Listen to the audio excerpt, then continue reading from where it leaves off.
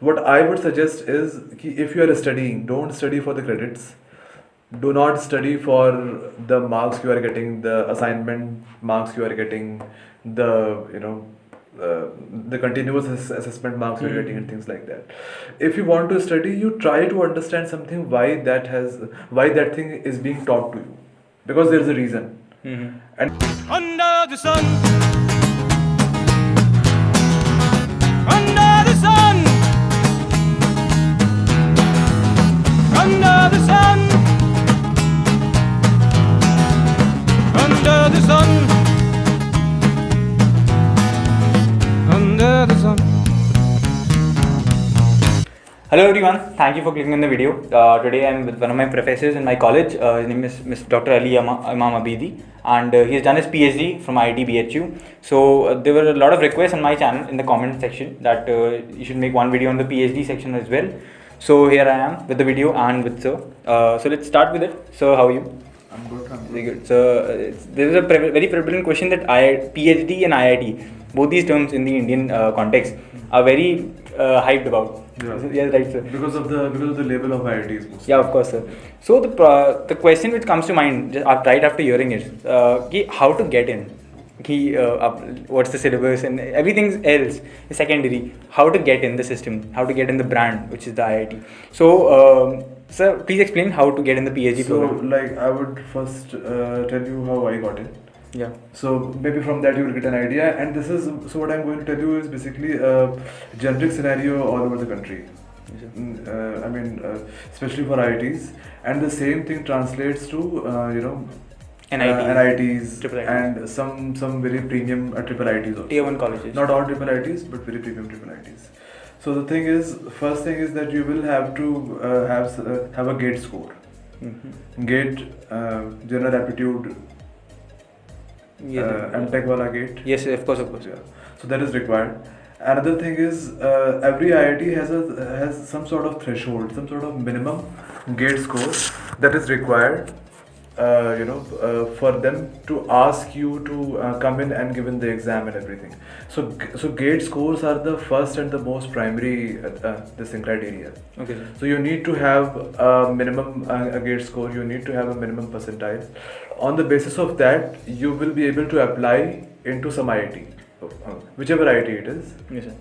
Once you have applied, and obviously you must be finishing your MTech at Yes, that sir. time. Yes, Okay. Or there is again a very remote possibility that that you gave a GATE exam, you entered for a GATE exam at the end of your BTech, and because GATE scores in my time at least used to be valid for 3 years.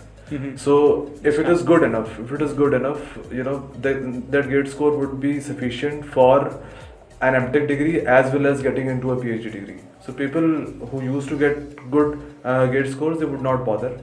But then there are people who do this thing repeatedly. They appear, and what happens is कि on the basis of the GATE score you will apply, and your application may get rejected at the very first instance only on the basis of your GATE score, whether they want this person or not, depending on their particular GATE score. Once you are in, then there is a whole process that you will have to fill up a form. You will have to give a written exam.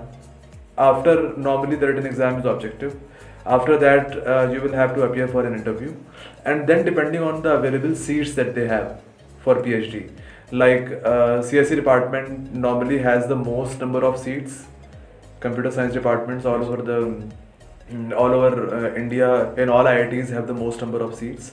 So what happens is most number of PhD students that get enrolled is normally it happens that it happens in CSE departments only, and not much in other departments. But then again, so because the demand of CSE is higher and the capacity of CSE departments overall, if you will see, is bigger, so they can afford to have these kind of large number of PhD number of students. So what happens is, if they have some faculties who don't have any PhD students anymore. Like suppose I am a faculty and there is some other faculty also in the department. Now all of his or her students are passed out. They are just leaving. So now basically they don't have any more PhD students. So what will happen is that the number of the number of required seats will be higher now. Yes. Okay. But again, in several circumstances, in several other IITs, there is a possibility that there is only 1 or 2 or 3 seats, depending on the condition that is there in that particular IIT at that moment of time. So it is a very variable thing. Yeah. Once you will apply, then only you will know. Yes, sir. Or if you have somebody who is there who can tell you that these are the number of people that are required, so your chances can get higher, or your chances can basically diminish depending on the requirement Of course.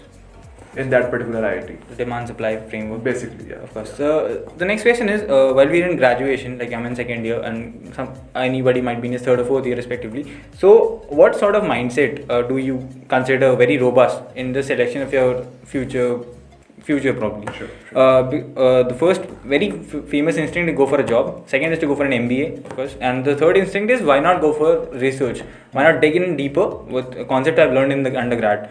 So what do you consider the ideal robust mindset which can clarify what is meant for the particular guy? Okay, so there are two things about it. First thing is ki, personally, when I was in my BTech, I made the same mistakes that everybody does, mostly. And one thing I realized was that you cannot just run after marks.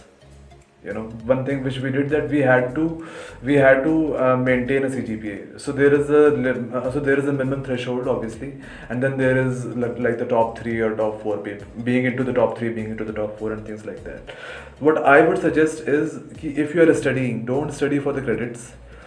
Do not study for the marks you are getting, the assignment marks you are getting, the continuous assessment marks you're getting, and things like that. If you want to study, you try to understand something, why that thing is being taught to you, because there is a reason. And the reason precisely is whatever you are studying in that book. Like suppose if you have a computer organization book, it's a subject, computer organization, and you have a book of that particular subject.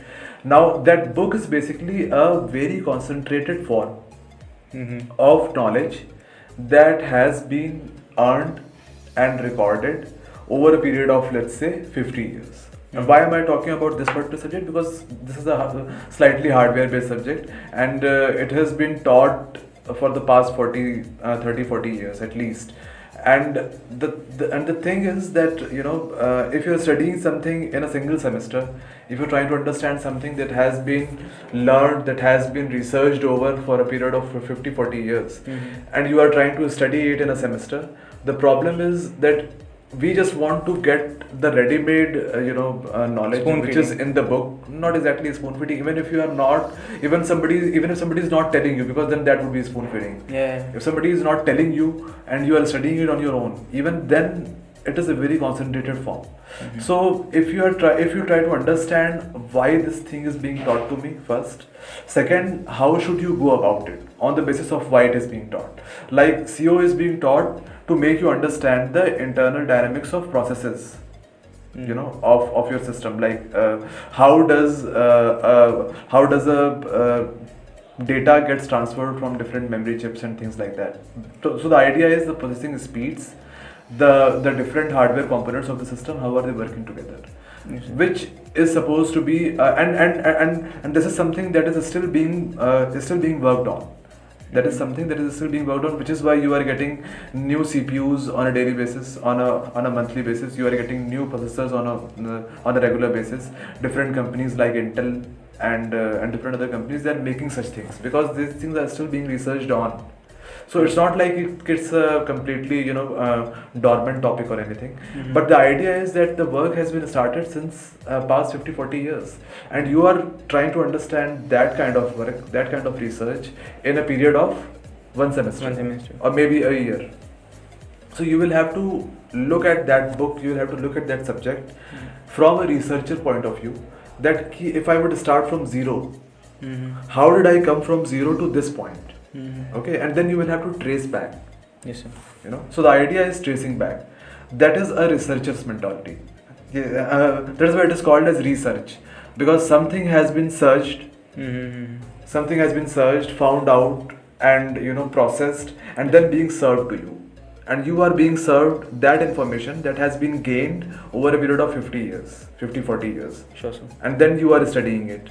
But unless and until you will trace the path that has been followed, you will not be able to understand the necessity, you will not be able to understand the importance of that subject. Why is it being taught to you? But- Because for you and even for me, it was just a subject. I don't know why the subject has been, put into my syllabus.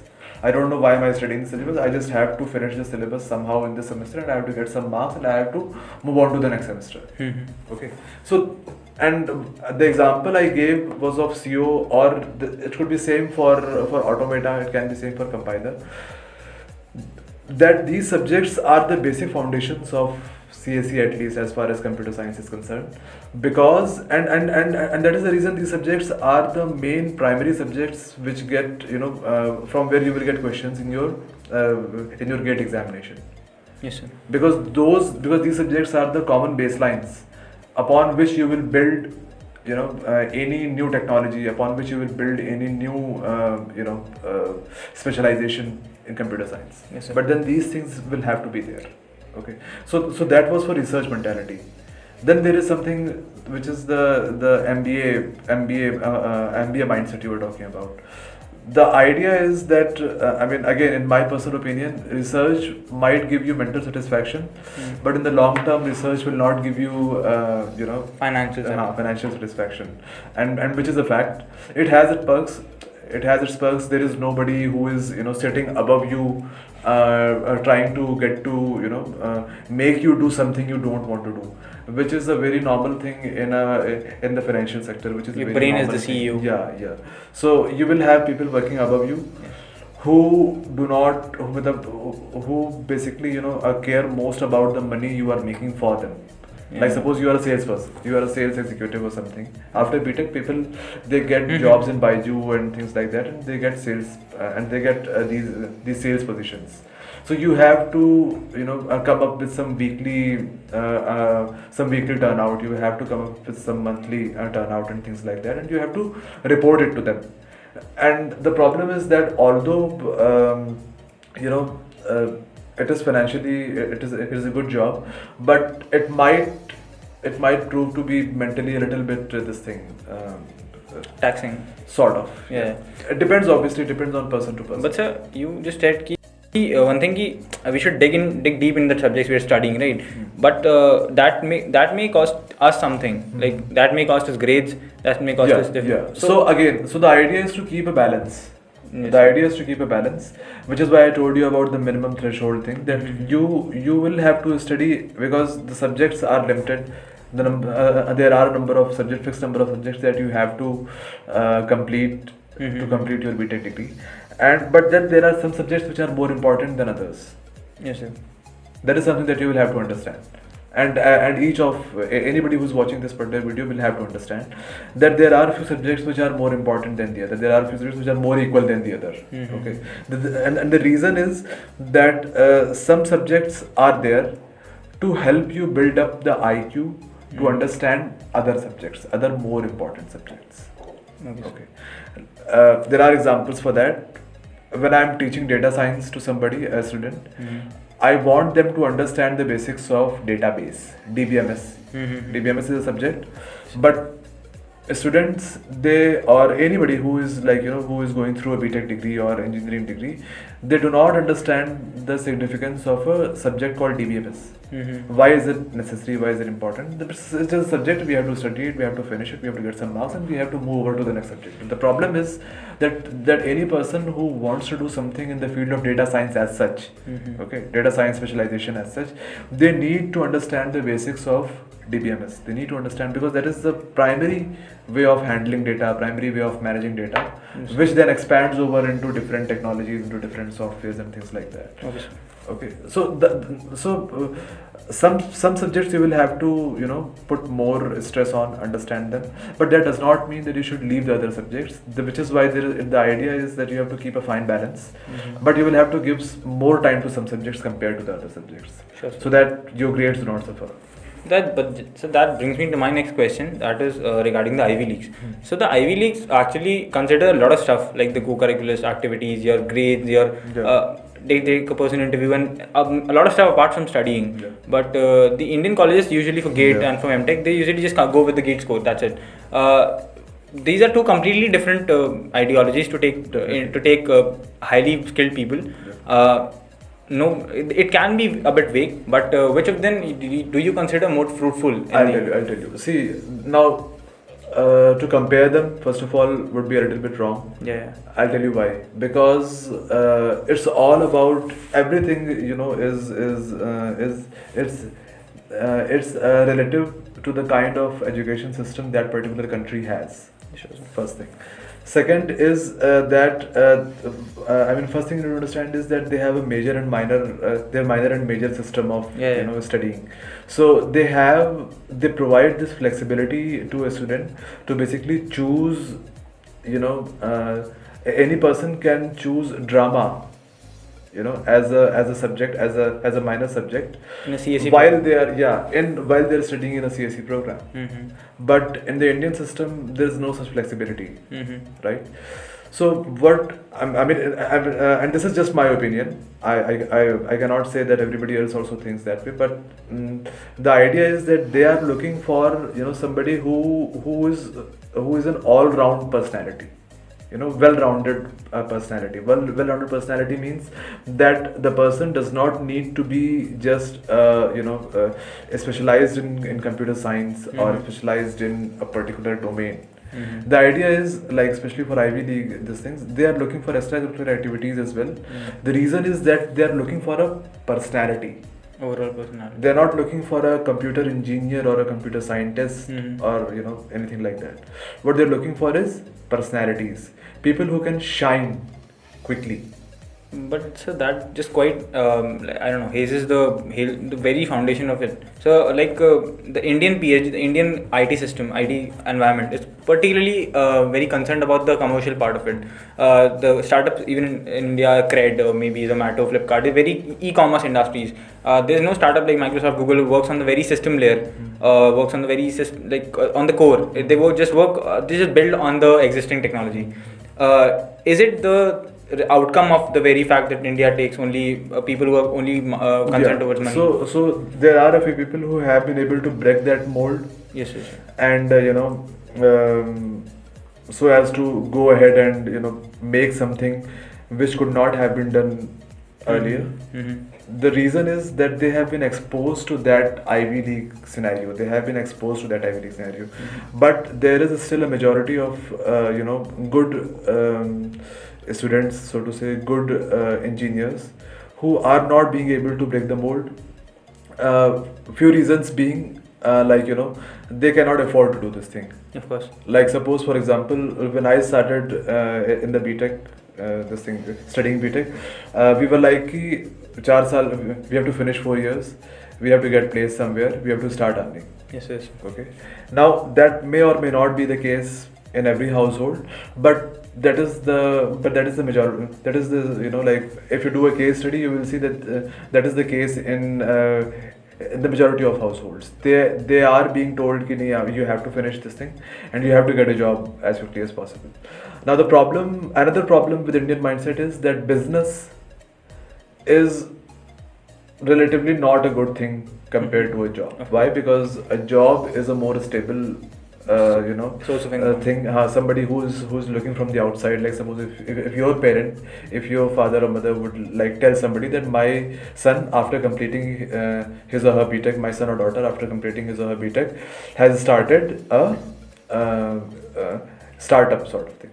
So then people will say did he not get placed, or what happened, and things like that. So the idea is that the whole idea of startup as such is clouded in different types of anxieties. So it's not necessarily the startup every time, because if you see Steve Jobs, he didn't build anything completely. He just built a Steve Wozniak and Steve Jobs built a closed system.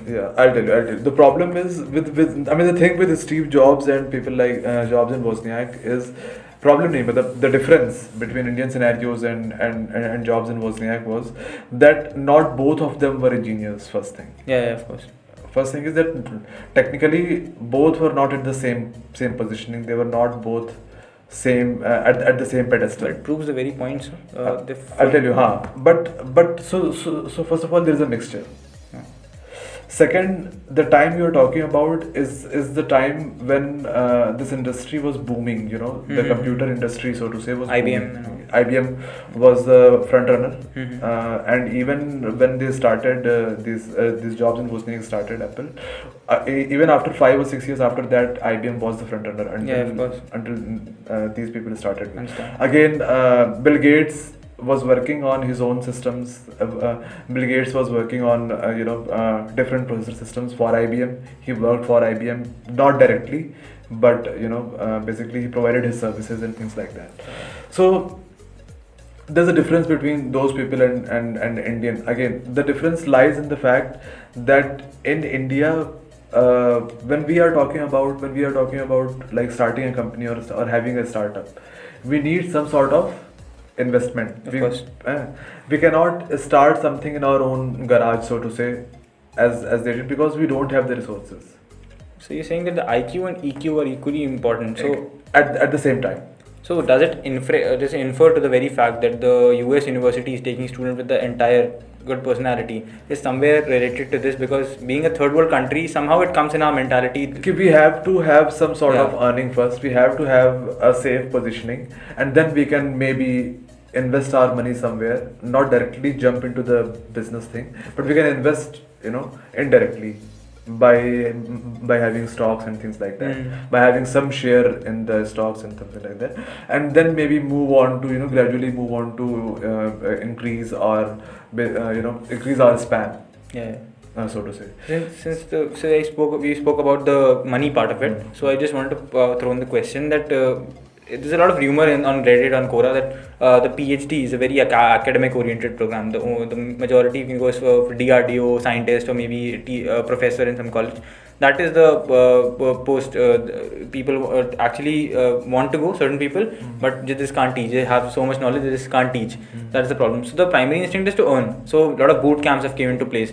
So what do you think PhDs actually have this industry requirement in the present scenario? Yeah. So I mean, you must be aware of Samsung.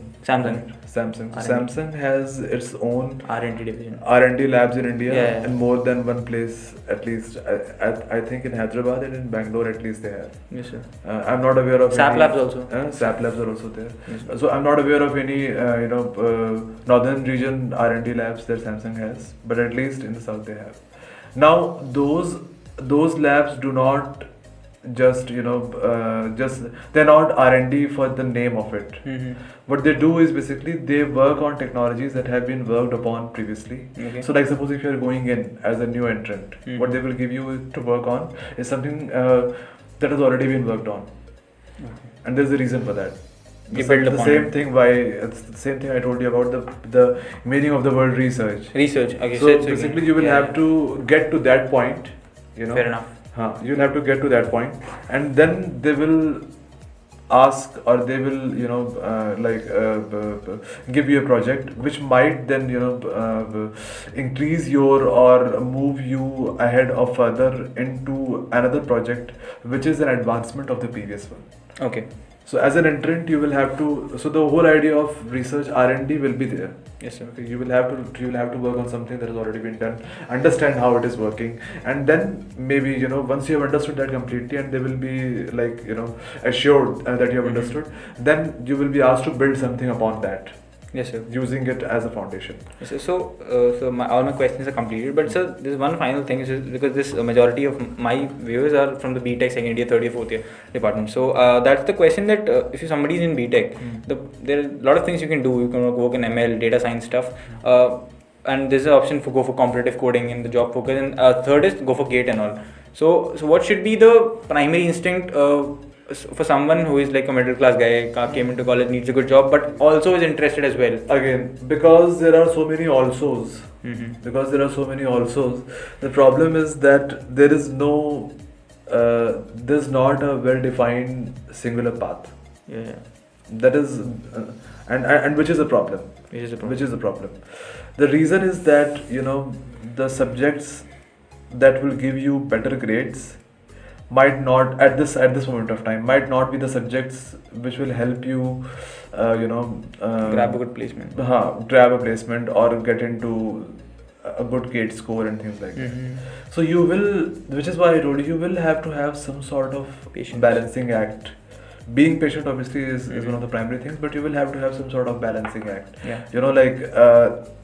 There will be some subject, because in today's time the primary research which I am seeing is based on neural NNs. Data. Okay. Neural networks. Neural network. Like different types of NNs have been worked on, and I have been saying this a lot, but you will not imagine. In 2012, I started my PhD, Okay. and even in an IIT, the IIT I was in, But in 2012, AlexNet, AlexNet. a tool came out Yeah. in 2012 around, and which was an advancement or a different version of another tool which was called ResNet.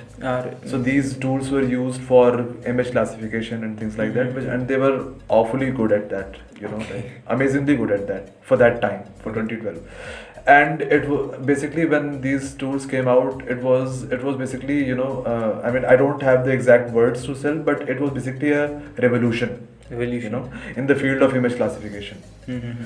Because till that time people were using only basic machine learning algorithms. They were trying to modify them a little bit, and so the improvements that were happening were very basic. The improvements that were happening were very minimal, Yeah. not much. But when AlexNet came out, Mhm. I mean, it was nothing short of a revolution. Disaster. And while I was doing PhD, I had some seniors also, I had other colleagues, I had faculties, and frankly nobody knew about AlexNet Okay. all through 2012, 2013, 2014, 2015. That's that. Nobody knew about AlexNet. Nobody knew about ResNet. Or even if they did, Mm-hmm. they were not working on it. Okay. I mean, they might have read research papers or something like that, but they were not, at least they were not working on it. Okay. We were working on a very static environment, not a dynamically changing environment as NNs, Okay. as neural nets. So what I realized was that in India, even in India, the research domain as such is far, far, far, far behind, Yeah. than how it is in the Western world. Western. I'm talking about the Western world because I'm not just counting US alone, Okay. because Europe is actually one of the front runners. Germany. Yeah, in terms of especially Germany, in terms of this NN research, Yes. and France also is going ahead. So the idea is that you will get a job here. You will get all sorts of things with minimal effort as a BTech student. I'm saying, if you are doing something right, but to do something good for your own self, for others also to understand that you're doing something amazing. Yes, sir. Like getting into an IIT will not be enough. Yeah.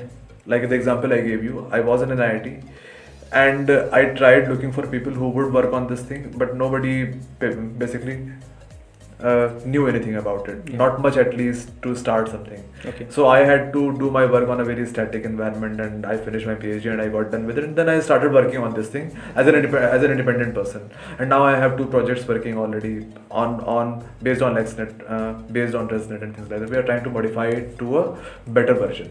Now why am I telling you this? The reason is that just getting into so I'll conclude it in this way, that just being into an IIT in India will not be enough. What you will have to understand is that where you are standing globally. Yes, sir. The whole Vasudhaiva Kutumbakam thing is that in IITs are not the end point. They are not Yeah. the epitome of anything.